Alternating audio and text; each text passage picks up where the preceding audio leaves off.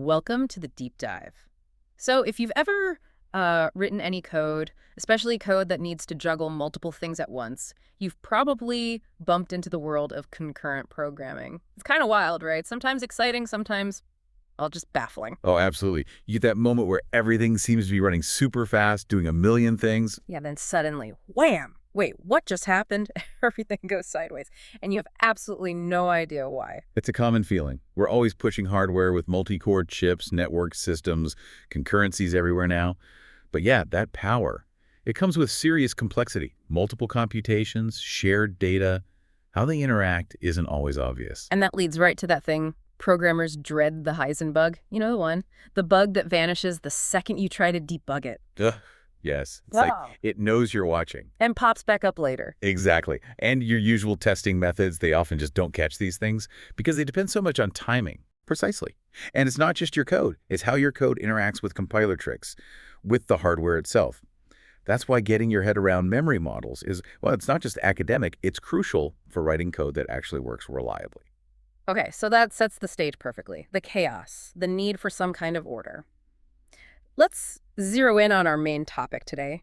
Sequential consistency for data race-free programs. SC-DRF for short. Right. Think of it like a fundamental agreement, a contract that helps bring predictability back into this concurrent world. So our mission today is to unpack SC-DRF.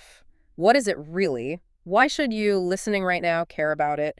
And, how do different languages actually handle this stuff? And understanding this is key, honestly. It helps you write code that's not just fast, but correct and robust. It saves you from tearing your hair out over those impossible bugs. It's basically your map for navigating concurrency. Okay, so if concurrency is this unpredictable beast, what's the main sort of symptom we see, the thing we fight day to day? That's usually a race condition, isn't it? That's the classic one, yeah.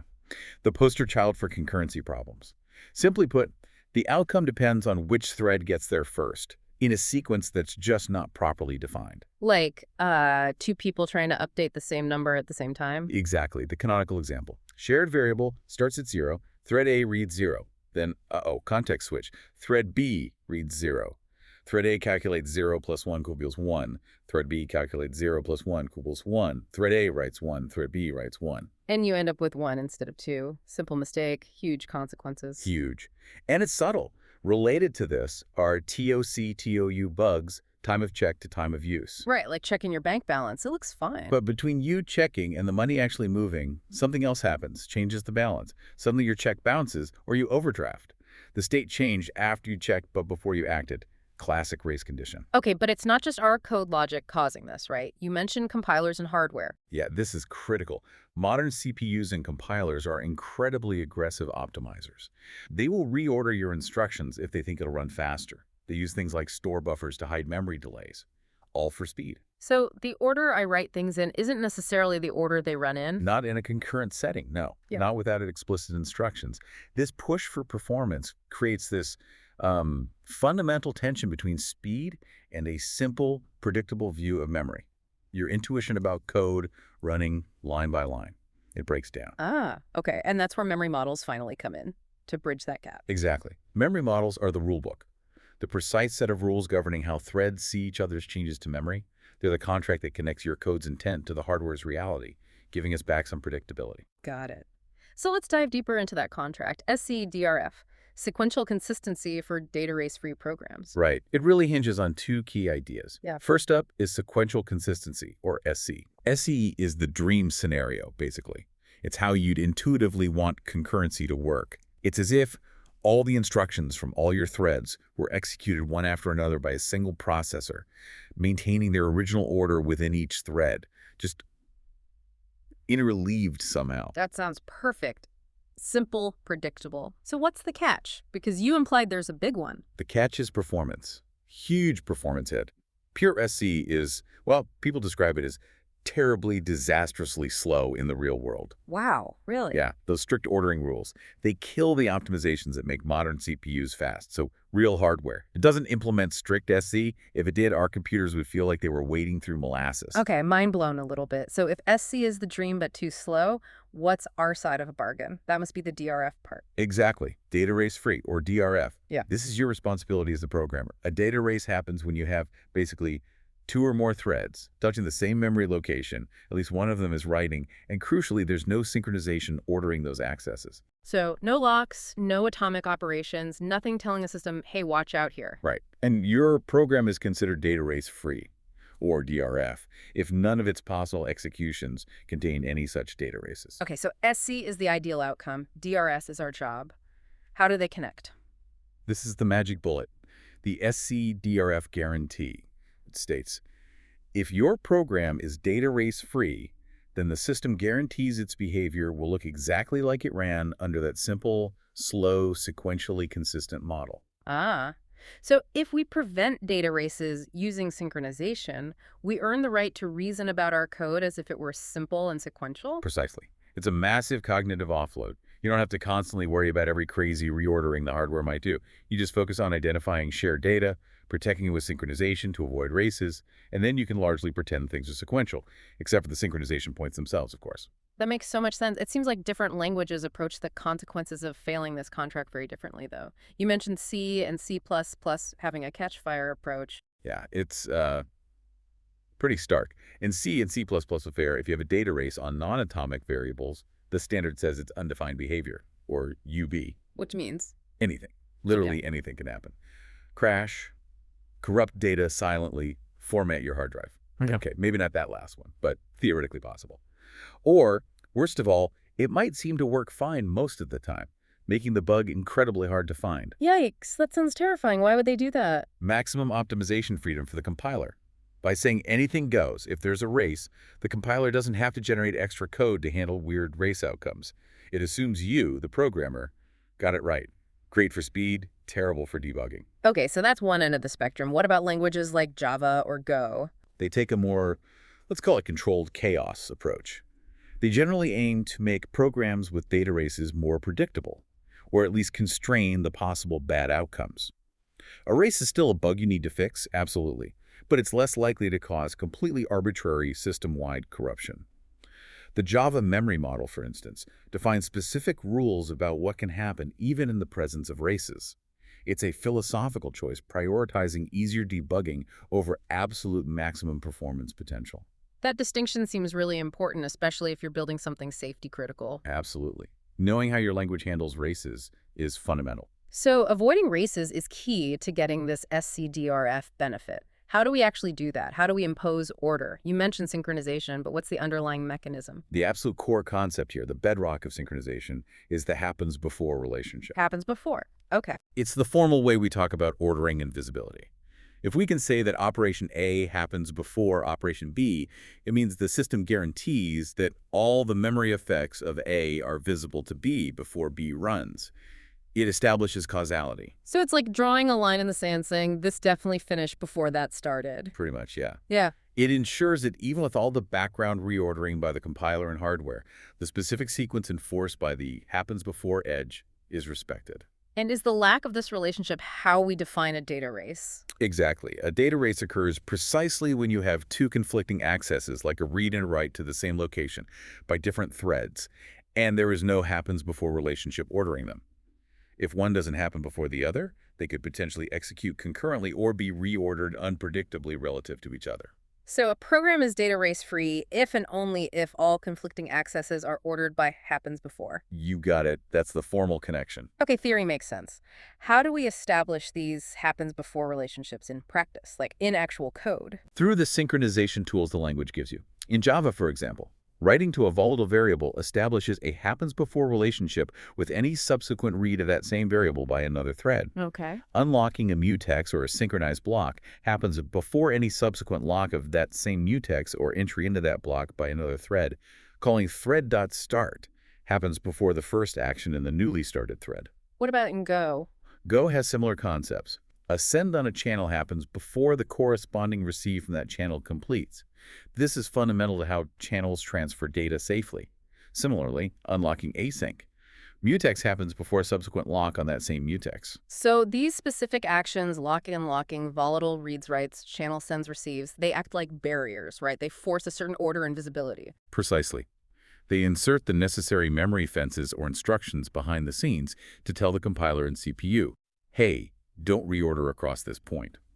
Without them, The default is chaos reordering for performance. You must use synchronization explicitly to create happens before edges and thus avoid data races. That's how you regain that predictable, sequentially consistent behavior promised by SC-DRF. Okay, that clarifies the programmer's role, but let's peek under the hood again. We know hardware deviates from strict SC for speed. Can we get a bit more concrete on how? Sure, we touched on it. Aggressive optimizations are the name of the game. Store buffers are a great example to understand the mechanism. Right, the per-core queue for writes. Exactly. Each core has its own little private buffer. When it writes data, the write might go into this buffer first, not directly to the shared main memory. The core can then immediately continue with its next instruction. It can even read the value it just wrote back from its own store buffer before anyone else sees it. Ah, so it gets a speed boost by not waiting for the write to hit main memory, but other cores are temporarily out of sync. You nailed it. And that's how you get those weird results forbidden by SC. Remember the example. Thread 1 writes X, reads Y. Thread 2 writes Y, reads X. Both start at 0. Yeah, SC says you can't possibly have both threads read 0. But with store buffers, you can. Thread 1's write to X goes in its buffer. It reads Y, still 0 because thread 2's write is in its buffer. Thread 2's write to Y goes in its buffer. It reads X, still 0 because thread 1's write hasn't hit main memory yet. Both read 0. Boom.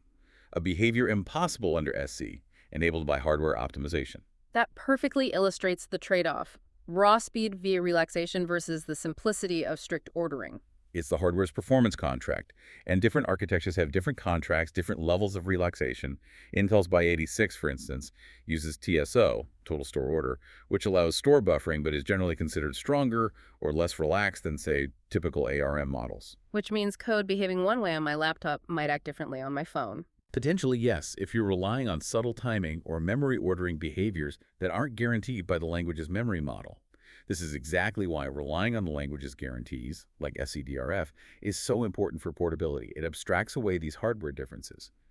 It's interesting, though, how hardware evolves, too, like ARMv8 adding specific instructions to make implementing things like C++ acquire release semantics more efficient. It's a constant dance between software needs and hardware capabilities. Okay, this is making a lot more sense. Let's bring it back to the languages. How do they expose these controls? We talked about C++, Catchfire UB. What tools do C++ devs actually use? They primarily use std.atomic types introduced in C++11. You wrap your shared variable in std.atomic, like std.automation, then operations on it are atomic, and you can specify SCD.memory order. Ah, those orders you mentioned. Relaxed, acquire, release, sectus. Right. Sequential consistency is the strongest and simplest to reason about. It basically forces SC behavior for those atomics, but potentially the slowest. Relaxed is the weakest, offering only atomicity but minimal ordering guarantees, potentially faster. Acquire and release are used together for more fine-grained synchronization, ensuring writes in one thread are visible before reads in another, often used for things like lock-free structures. But again, the big danger zone is races on non-atomic variables. That's where undefined behavior lurks. The burden is really on the C++ dev to be vigilant. Okay, contrast that with Java's approach, more constrained outcomes. Yeah, the Java memory model GMM is explicitly designed around DRF-SC. If you write data race-free Java code using its synchronization mechanisms, volatile synchronized Java.util, concurrent classes like atomic integer or concurrent hash map, you get SC guarantees. And if you do have a data race, it's still a bug. But the JMM tries to define what can happen. You might see stale values, or values appear out of thin air due to word tearing on 64-bit types, if not volatile, but it's generally designed not to lead to arbitrary memory corruption or crashes in the same way C++ UB can. It prioritizes debuggability and platform consistency. Makes sense. Now, Go is interesting with its coroutines and channels. Yeah. How does its philosophy fit in? Go heavily promotes the idea of share memory by communicating, mostly via channels. Setting on a channel creates a happens before edge with the receive, which is a powerful built-in synchronization mechanism. So channels handle the synchronization implicitly? Largely, yes, for the data sent through them. Go also has traditional sync, mutex for locking, where unlock happens before the next lock, and a sigatomic package for low-level atomic primitives similar to C++ or Java when you absolutely need them. While Go's race outcomes are more defined than C++'s UB, they still strongly recommend avoiding races. And crucially, Go provides an amazing tool, the race detector, built right into the toolchain. Go build race. Oh yeah, I've heard about that. It finds races at runtime. Exactly. It instruments your code to catch races as they happen during testing or execution.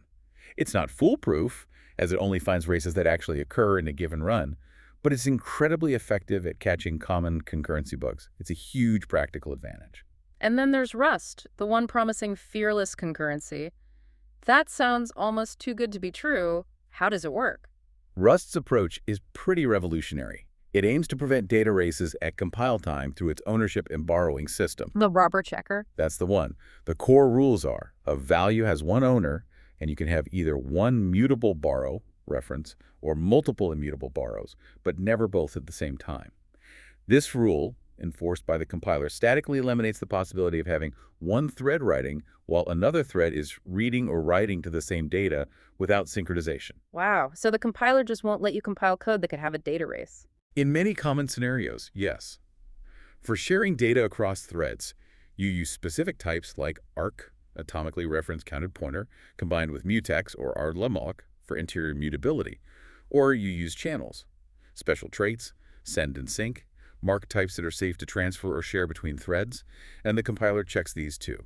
It forces you to structure your concurrent code safely. What's the trade-off? It sounds amazing. The main trade-off is the learning curve.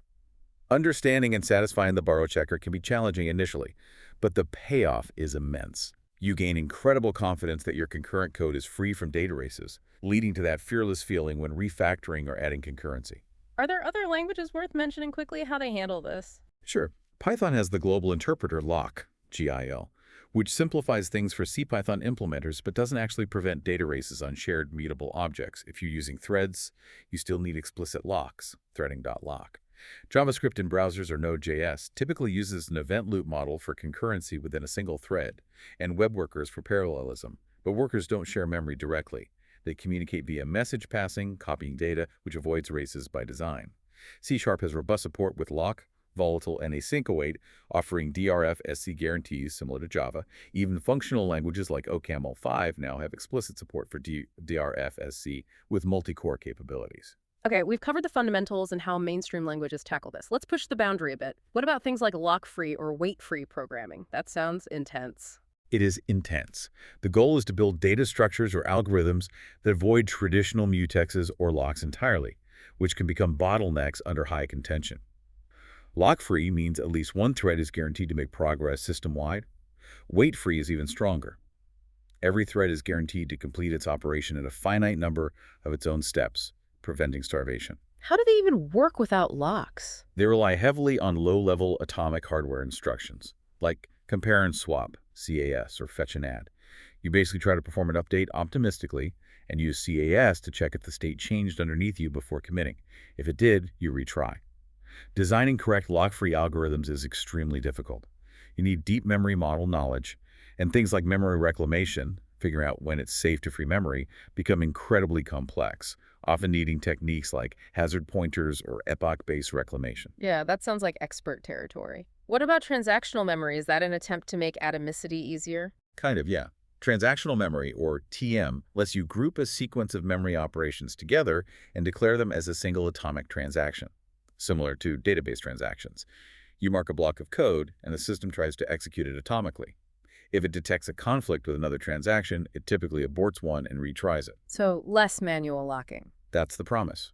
You have hardware transactional memory, HTM, like Intel's TSX, which leverages CPU support, and software transactional memory, STM, implemented purely in software, popular in languages like Haskell or Clojure. The benefit is potentially simpler code and avoiding deadlocks. The downsides can be performance overhead, especially under high conflict, and handling things like I/O within transactions is tricky. It hasn't seen widespread adoption in mainstream imperative languages yet, but it's an interesting paradigm. With all this complexity, lock-free, TM, even just basic mutexes, how do we prove code is correct? Debugging sounds like a nightmare. It often is. That's why formal verification is so important in high-assurance systems. Instead of just testing, formal methods use mathematical techniques to prove properties about the code, like the absence of data races or deadlocks. Like actual mathematical proofs. Yes. Wow. You have techniques like model checking, where tools like TLA Plus or SempN explore all possible states of a simplified model of your system to find violations. There's theorem proving, using tools like COATO or Isabelle HO, where humans guide the construction of rigorous proofs about the actual code or algorithm logic. And various static analysis tools try to find potential concurrency bugs automatically at compile time, though they often have limitations. It's resource-intensive but provides the highest level of confidence. Okay, one more future-looking question. I've seen some chatter about using large language models, AI, to analyze concurrent code. Is that realistic? Can AI find my Heisenbugs? It's definitely an active research area and kind of fascinating. Current LLMs show a surprisingly good grasp of concurrency concepts under simple memory models, like sequential consistency. They can sometimes spot potential race conditions or deadlock patterns that simple linters might miss. But there's always a but. The but is that they really struggle with the complexities of relaxed memory models, the kind real hardware actually uses. Their reasoning often breaks down on the subtle reorderings and visibility issues that cause the hardest bugs. So right now, they're more like a potential assistant for spotting some issues, maybe helping bridge the gap between human intent and code, but they're definitely not a magic bullet for debugging deep, relaxed memory issues. Not yet, anyway. So at the end of the day, it still comes back to understanding these principles ourselves. Absolutely. The complexity of memory models, especially relaxed ones, is a huge challenge. Writing correct, large-scale concurrent software is just inherently difficult. It requires careful design, deep understanding, and the right tools. Well, this has been incredibly insightful. We've really journeyed from the chaos of concurrency and Heisenbugs to the crucial contract of SC-DRF that brings order.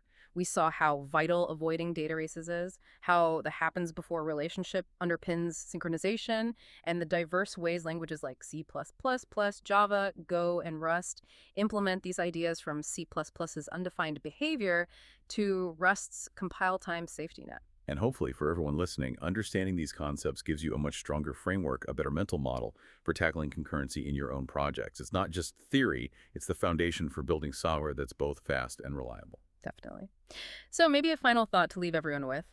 As hardware keeps evolving, new memory types, compute and memory, and AI tools get smarter, how do you think this SCDRF contract might change? Will our responsibilities as programmers shift as we chase even more performance and safety in the future? That's the multi-billion-dollar question, isn't it? The tension between performance, programmability, and correctness isn't going away. How that contract evolves and what tools and techniques emerge to help us manage it. Well, that's what makes this field continually challenging and exciting.